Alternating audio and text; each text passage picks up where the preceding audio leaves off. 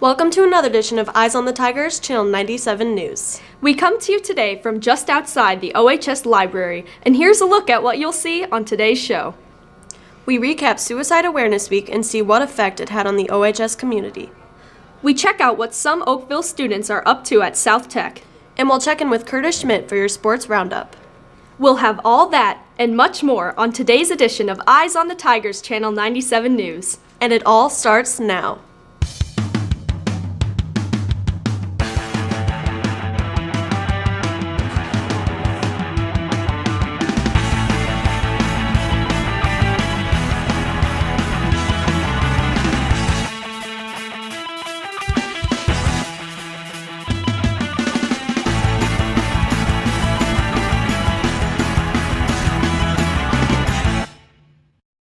Welcome back to Eyes on the Tigers, Channel 97 News. I'm Taylor Zaff. And I'm Emma Miller.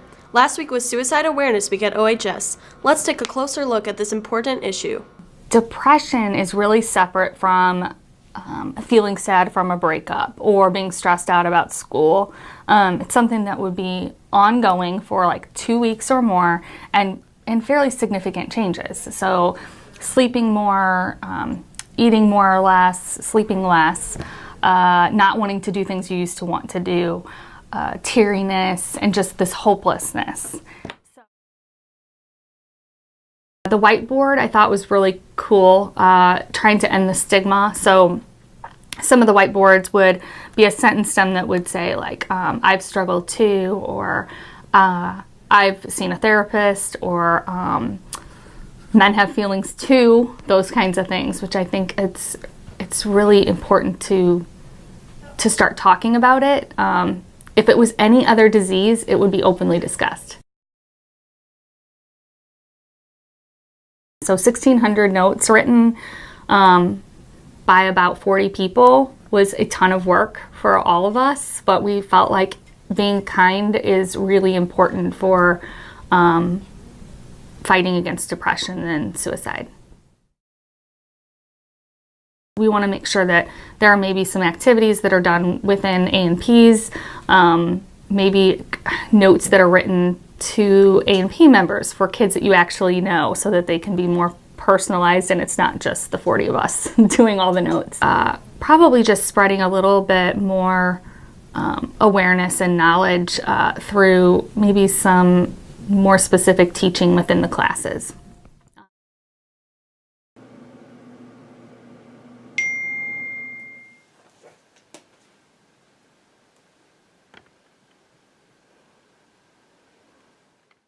I feel stressed. I feel tired. I feel alone.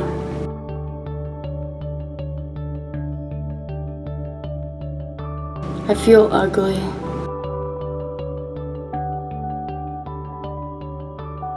I feel fat. I don't feel hungry anymore.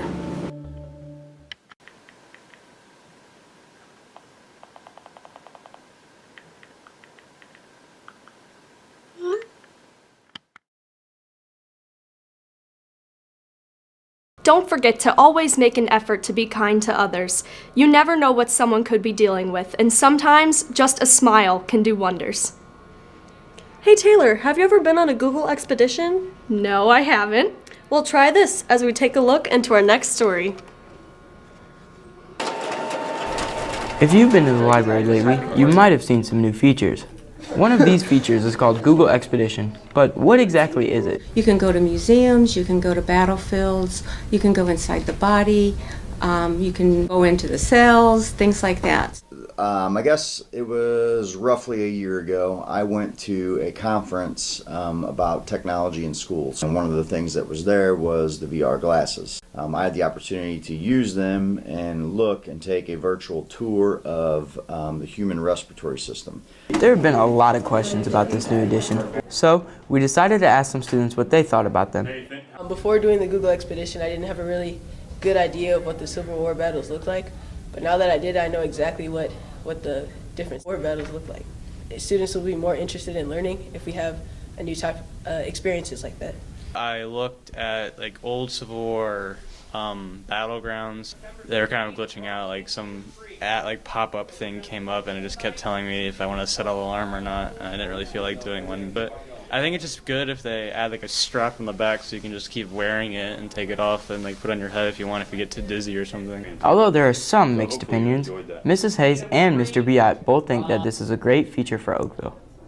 I think the Google Expeditions add that visual experience that make things a little bit more real and a little bit more meaningful. Hopefully we're going to have more teachers using the expeditions, and they'll be able to go more places with their classes. It's almost like taking a field trip without, having to leave school. With Adam Zaff behind the camera, I'm John Valenti for Channel 97 News. Oakville students are not only getting an interesting education here at school, they're learning a few things off campus as well. That's right. Let's take a look at some of the unique things South Tech has to offer. From welding to nursing, South Tech has a broad range of 25 different programs for students wanting a jump start on their careers. South Tech has changed drastically over the past few years. Admissions has become competitive and programs have advanced drastically. They have to really follow their passion. And in order to follow their passion, they have to have things like good attendance, 90% or higher. They have to have passed all the classes that they've attempted to take at their home school. They have to have little to no discipline at their home school. So students from Lafayette and Oakville and Afton and Valley Park all have to compete for a limited number of seats. One popular program at South Tech is the veterinary program. Can I get 2 people take? The program allows students to learn about veterinary assisting and get a hands-on experience in and out of the classroom. My favorite part is being able to play with puppies and kittens all day, but still being in a learning environment and learning new stuff every day. So it just makes it really fun and enjoyable. But what most people don't know is how this specific program gives at-risk animals another chance.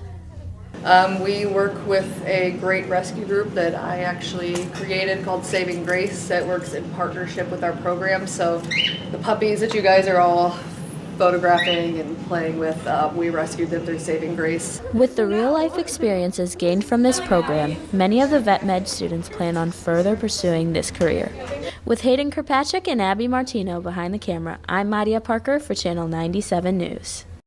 Student Council's annual food drive is running from now until November 21st. Bring in canned food and toiletries to your A&P for a chance to win prizes like a donut party or a free personal viewing of the fall play highlights. Pickup dates are November 10th and November 21st. Congratulations to the OHS Marching Band on its record-breaking season. They placed first at 3 of their competitions, and they attended prestigious events such as the Bands of America Super Regional St. Louis competition. With a more challenging show, new instructors, and a new mindset, they were truly able to take flight this season. Congratulations, band. Now let's take a look at one band member whose determination knows no limits. Meet Zack Spaulding. He is a freshman at Oakville High School. He's involved in many extracurriculars like baseball, bowling, and one he enjoys deeply, marching band. I play the mellophone. It opens up your mind to more possibilities, and it makes you more aware of things. I love that Zach's in marching band. I was a band kid growing up. He's happy about it, he likes it. I mean, he works super hard and he puts all of his effort into learning. What most people do not know about Zach is that he has a condition that makes him have to work just a bit harder than everyone else. It's called cerebral palsy. And it affects his right side, both his arm and his leg. When he was an infant, I mean, even as a tiny baby, that he wasn't using his right side as much as his left side, and the assumption generally came to be that he had some type of a stroke when I was pregnant with him, and that caused the resulting cerebral palsy. Cerebral palsy in general is a huge variety of things, but mainly anything that affects the development of the brain in a way that then presents itself as a difference in the way that somebody can either move or think or speak or run their daily life. So, how does having cerebral palsy affect Zack in marching band? It just makes playing even harder. It forces me to adjust to everything. I can't open my hand up all the way, so I just grab like a little ring or pipe on the side of it. He inspires others in the band because even though he can't march or do everything the same as everyone, he still inspires them to put their best effort forth because he can do as well as he can, then I can do as well as I can. Moving on into marching band was exciting and a little nervous. I mean, just wondering if he could get the footwork and keep up speed-wise, but I think he's really done pretty well and gotten stronger for it as well. It forces me to work harder than everybody else in everything also. And like I said, it opens your mind up to more things and it makes me more aware. Even though Zack struggles with this condition, to him, having cerebral palsy means anything but a disability. I'm not just sitting there all the time, I'm actually doing something. I think marching band really has helped him with strength and coordination and focusing on using his right side as strongly as his left side. If he wants to pitch on his baseball team, he found a way to pitch on his baseball team, and he's on the school bowling team. He wants to bowl, and so he's going to bowl, and same with marching and playing the instrument and being as good as he can be. If it takes a little extra work, he puts the work in. We just never really refer to it as a disability. Like I said, hard work pays off, and if you keep your mind focused, then you'll get it done no matter what. With Caden Turner, Lewis Long, and Max Rodenbeck, I'm Taylor Zaff for Channel 97 News. Now let's hand it over to Curtis Schmidt for your Sports Roundup. Hi, I'm Curtis Schmidt, and welcome to the Fall Sports Roundup. Starting off, Oakville had their annual pink out game against Melville this year. The Tigers fought hard, but lost their last season game 32-25. On October 20th, Oakville hosted the first round of Class 5 District 1 playoff bracket against Rockwood Summit. They may not have won, but they gained useful experience every step of the way. I think one of the things we're looking for the group coming back next year is to be a little bit more focused when they're out there and understand the situations and don't let opportunities slip by. Congratulations to Christian Bowl and Stephen Boas for qualifying for state and swim. Congratulations to Emily Bear and Emma Miller on qualifying for state sectionals and cross country. Great job, girls. Also, congratulations to senior softball player Maddie Mahalski for first team All-State for her third year in a row. Volleyball had their district tournament at Fox with a win against Lindbergh as their first game and a loss against Koryezu as their second, finishing with a record of 13-1. The boys soccer team had a fighting season this year with a record of 11-1, but lost their district tournament game against Melville. Good work on your season, boys. Oakville hockey had a preseason top hat tournament this year with a surprising win against CBC, but sadly lost in the championship game to SLU.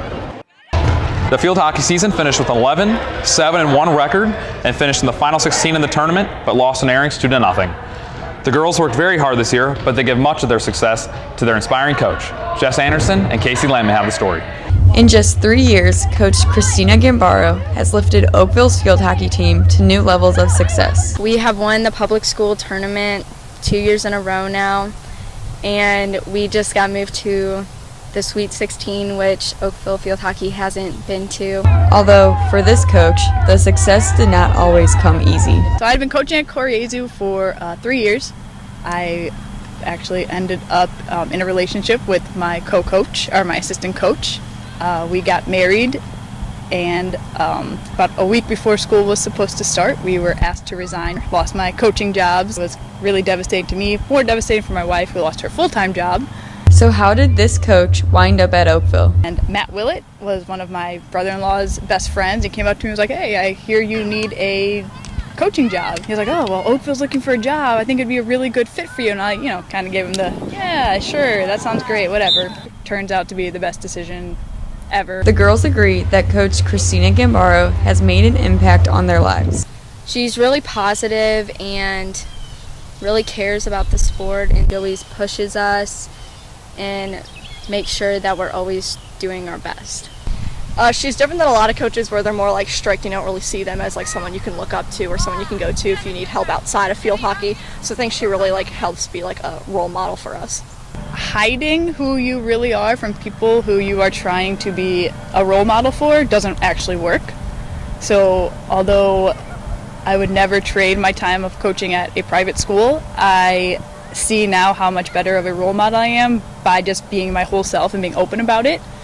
So I think I just learned that who I am is okay and exactly who you are, and you don't have to hide yourselves. With Jess Anderson behind the camera, I'm Casey Landman for Channel 97 News. Now, so far in the show, we've seen cute furry animals and competition.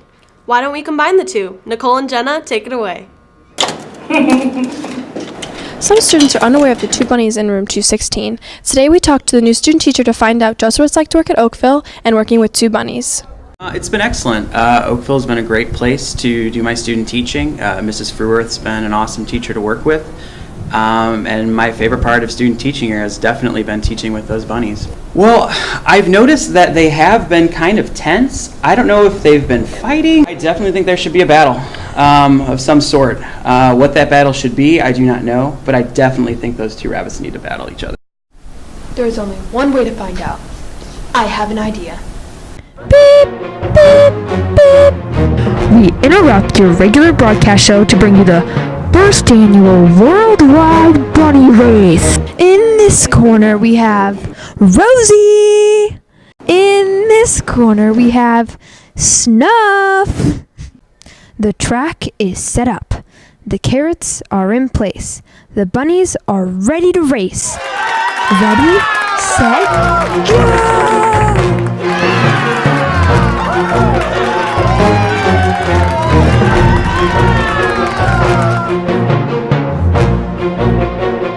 As Snuff celebrates her win, better luck next time, Rosie. With Nicole Schmitz behind the camera, I'm Jennifer Sella for Channel 97 News. Well, that wraps up this edition of Channel 97 News. We hope you join us for our next show on November 15th. If you would like to see more of our content and stay up to date on what's happening at Oakville, make sure to visit myohsonline.com. We recommend every student to have it bookmarked on their browser so they can check it out anytime they'd like. We post news stories all of the time. Thanks for joining us, Oakville. I'm Taylor Zaff. And I'm Emma Miller. And remember, Oakville, keep your eyes on the Tigers.